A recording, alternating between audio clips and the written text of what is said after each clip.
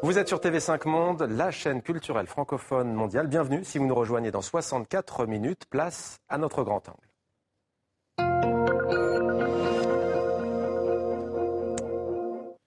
Pierre Moscovici est le grand témoin de 64 minutes. Bonsoir à vous, Pierre Moscovici. Bonsoir. Merci d'être avec nous sur TV5 Monde. Vous avez été jusqu'au 31 mars, très exactement, le ministre français de l'économie et des finances. Vous aviez, sous Lionel Jospin, été ministre des Affaires européennes. Vous êtes aujourd'hui pressenti à Bruxelles. On va en parler pour un poste de commissaire européen. Monsieur Pierre Moscovici, cette affaire de la tuerie du musée juif de Bruxelles met en lumière des défaillances à l'échelle européenne en matière de sécurité, en matière de renseignement. Selon vous, qu'est-ce qui ne fonctionne pas ? Je ne vais pas raisonner comme ça. D'abord, je veux exprimer évidemment mon indignation, mon émotion face à l'antisémitisme, face au racisme, face à la xénophobie. Et là, on a des attentats terroristes avec un caractère antisémite évident, odieux, que l'Union européenne et la France se doivent de combattre et de combattre ensemble. Ce qui n'a pas fonctionné, il ne me revient pas de le dire. Je ne suis pas, moi, aujourd'hui, le ministre de l'Intérieur, et ce sont les ministres en charge qui sont conscients et comptables de ça. Mais ce que je sais, c'est qu'il y a une volonté. Il y a une volonté du gouvernement français, il y a une volonté du ministre de l'Intérieur, Bernard Cazeneuve, il y a une volonté du chef de l'État, du Premier ministre, de combattre vraiment de manière totalement déterminé ces réseaux djihadistes, de mettre fin à tout ce qui peut aller dans ce sens-là, d'agir, y compris au niveau des prisons. Et puis, il faudra aussi qu'il y ait une coopération au niveau européen qui soit sans doute encore renforcée. Alors certains, notamment dans le camp eurosceptique, c'est le cas de Marine Le Pen, la présidente du Front National en France, appelle aujourd'hui à mettre fin à l'espace Schengen. Selon elle, ça éviterait ce genre d'attentat. Je ne vois aucun rapport entre les deux. L'espace Schengen, c'est la liberté de circulation. C'est une des libertés fondamentales auxquelles les Européens sont justement attachés. Qu'il faille améliorer l'espace Schengen, qu'il faille renforcer la coopération entre services, qu'on puisse, sur le plan judiciaire ou policier, améliorer les choses. Ça, il faut l'examiner de manière objective. Mais mettre fin à l'espace Schengen, ça n'a pas de sens. C'est se replier sur soi-même, c'est recréer à l'intérieur de l'Europe les frontières qui préexistaient, sans pour autant qu'il y ait une garantie de sécurité par rapport à l'extérieur. C'est cela qu'il faut faire, c'est-à-dire à la fois avoir une protection plus efficace de nos frontières à l'extérieur, c'est ce qu'on appelle le Frontex, et avoir à l'intérieur une coopération plus forte. Je crois qu'il faut toujours aller de l'avant, toujours construire l'Europe, non pas de manière naïve, béate, avec un souci de protection, bien sûr, et en l'occurrence, c'est la sécurité qui est un bien fondamental pour nos concitoyens, mais le retour en arrière, le repli national, le repli sur soi, les frontières illusoires, ça, c'est le passé, ça ne fonctionne pas. Et d'ailleurs, Marine Le Pen, de manière générale, n'offre aucune solution pour l'avenir. Le Front National n'a aucune solution pour l'avenir. Alors, vous avez évoqué un mot, la radicalisation. Vous faites allusion à la prison, puisqu'apparemment le suspect numéro 1 de l'attaque du musée juif de Bruxelles a été radicalisé en prison. J'aimerais vous faire réagir sur un chiffre, pas une statistique, à Roubaix, d'où il était originaire. Et on va y venir aussi avec les politiques européennes, notamment d'austérité. À Roubaix, espérance de vie dans les quartiers pauvres, 56 ans, comme au Soudan. Ça prouve qu'il y a une réponse très globale à mener dans ces quartiers qui doit concerner la santé, qui doit concerner le logement, qui doit concerner l'emploi. Vous savez, au fond, le message de l'élection européenne, c'est ça. C'est que l'Europe paraît loin de nos concitoyens, c'est que l'Europe ne produit pas de résultats positifs perçus pour leur vie quotidienne. Et ça, c'est une réponse à la fois européenne et nationale qu'il faut sans arrêt élaborer. Alors c'est le message que moi j'ai entendu des élections européennes. Certains disent c'est un message de rejet, je ne crois pas, mais c'est un message d'exaspération, c'est un message parfois de désespoir, c'est un message aussi de gens qui ne sont pas suffisamment informés sur ce que l'Europe fait déjà. C'est une attente d'une Europe meilleure, et c'est cette Europe meilleure que nous avons le devoir de construire maintenant en changeant non pas la totalité de la politique européenne, non pas en changeant d'Europe, mais en changeant l'Europe. Alors on entend beaucoup votre nom aujourd'hui sur la scène européenne, Pierre Moscovici. Autre homme politique, ça ne vous a pas échappé, sur le devant de la scène ces dernières semaines, probablement le nouvel homme fort du continent, l'un d'entre eux en tout cas. Il a été conforté dans les urnes en Italie. Il s'agit du chef du gouvernement de centre-gauche, Matteo Renzi. Je vous propose de l'écouter. La vraie question n'est pas de savoir ce que la Commission européenne va dire au gouvernement italien, par exemple, mais plutôt ce que les gouvernements pensent de la future Commission, comment ils l'imaginent. Il y a la conviction que la politique économique européenne n'a pas été la réponse décisive. Votre réaction ? Je suis tout à fait en accord avec ça. Si on regarde la situation de la zone euro, nous avons connu 6 années de crise difficiles, qui marquent encore nos économies et qui marquent les esprits, et qui expliquent pour beaucoup aussi les mouvements d'humeur qui se sont manifestés lors des élections européennes et l'attente d'une autre politique économique. Ça, c'est très clair. Dire que rien n'a été fait ne me paraîtrait pas juste. Pendant 2 ans, j'ai été, vous l'avez rappelé, ministre de l'économie et des finances, et pendant cette période-là, on a stabilisé ce qu'on appelle la zone euro, on a évité la sortie de la Grèce, on a créé l'union bancaire, la zone euro est en train de revenir à la croissance, mais en même temps, on a le sentiment, c'est vrai que le fléau de la balance a été trop vers des politiques de rigueur, qualifiées par certains de politiques d'austérité, et il est important maintenant d'ajouter un volet dynamique, c'est-à-dire un volet de croissance et d'emploi. Et moi, je crois beaucoup à l'Europe de l'investissement, je crois à l'Europe des petites et moyennes entreprises. Je pense qu'il faut libérer aussi le financement de l'économie pour qu'il aille vers ces entreprises, parce qu'aujourd'hui, il ne parvient pas jusqu'à l'entreprise et donc jusqu'à l'emploi. Je crois qu'il y a besoin de construire une politique économique qui soit clairement réorientée vers la croissance et l'emploi. C'est possible avec des conservateurs au pouvoir, car on l'oublie, mais ce sont eux les vainqueurs, peut-être pas les grands vainqueurs, mais ce sont eux, très loin devant les eurosceptiques. Il faudra de toute façon qu'il y ait un travail commun de tous ceux qui croient à l'Europe. Et je pense que les conservateurs, certains d'entre eux en tout cas, sont capables de comprendre que cette réorientation, elle est attendue par tous.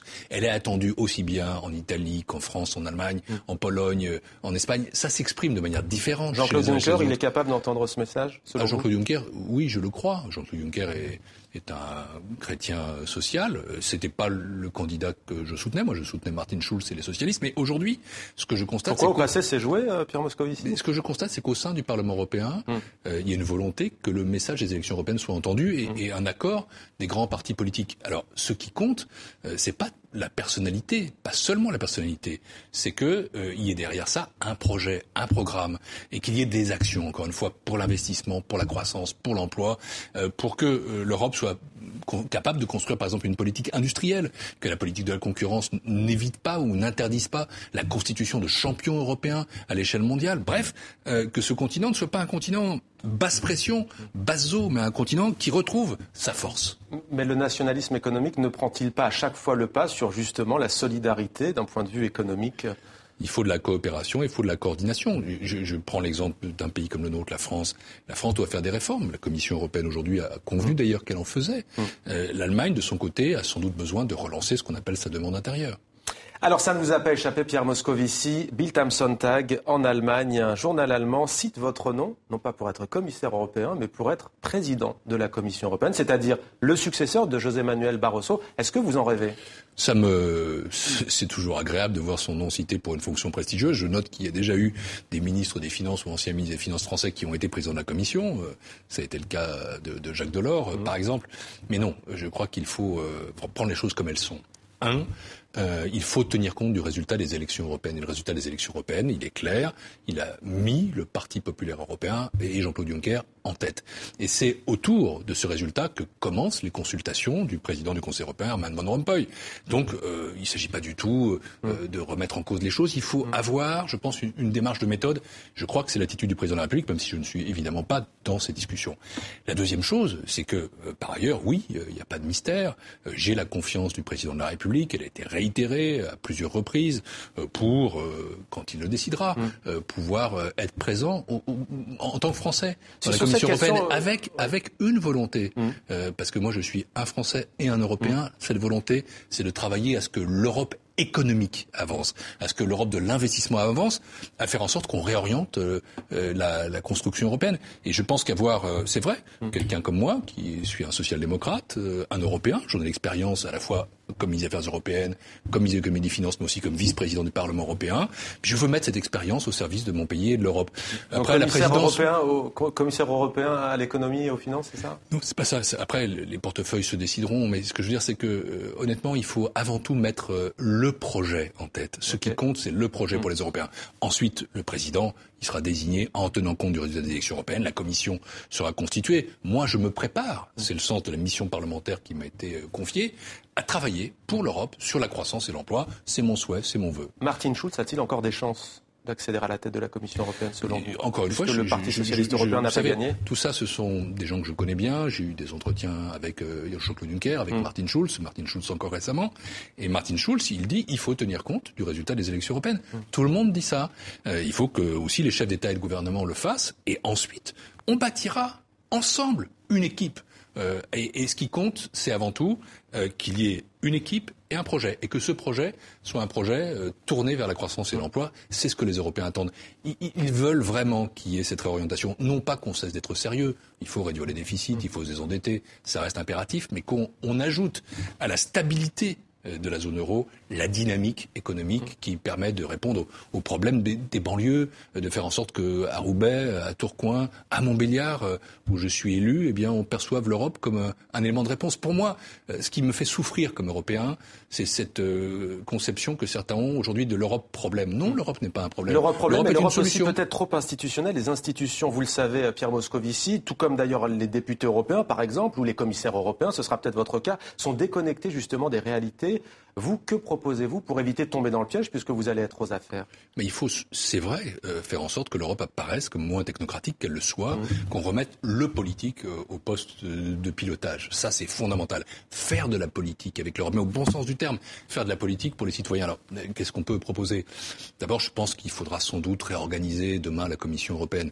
Wolfgang Schäuble, qui fut mon homologue, qui est le ministre de l'économie et des finances allemand, dit des vice-présidents qui ont des portefeuilles plus larges qui eux-mêmes peuvent du coup être plus facilement identifiés par les citoyens. Mais vous aurez les mains libres, on parle de la puissance de l'Allemagne justement, vous le citez, on parle aussi des lobbies. José Bové a écrit un livre sur les lobbies qui gouvernent Bruxelles. Quelle est votre position par rapport à cela? Moi, je ne considère pas l'Allemagne, là encore, comme un problème. L'Allemagne, c'est la première puissance économique d'Europe, mais nous sommes la seconde.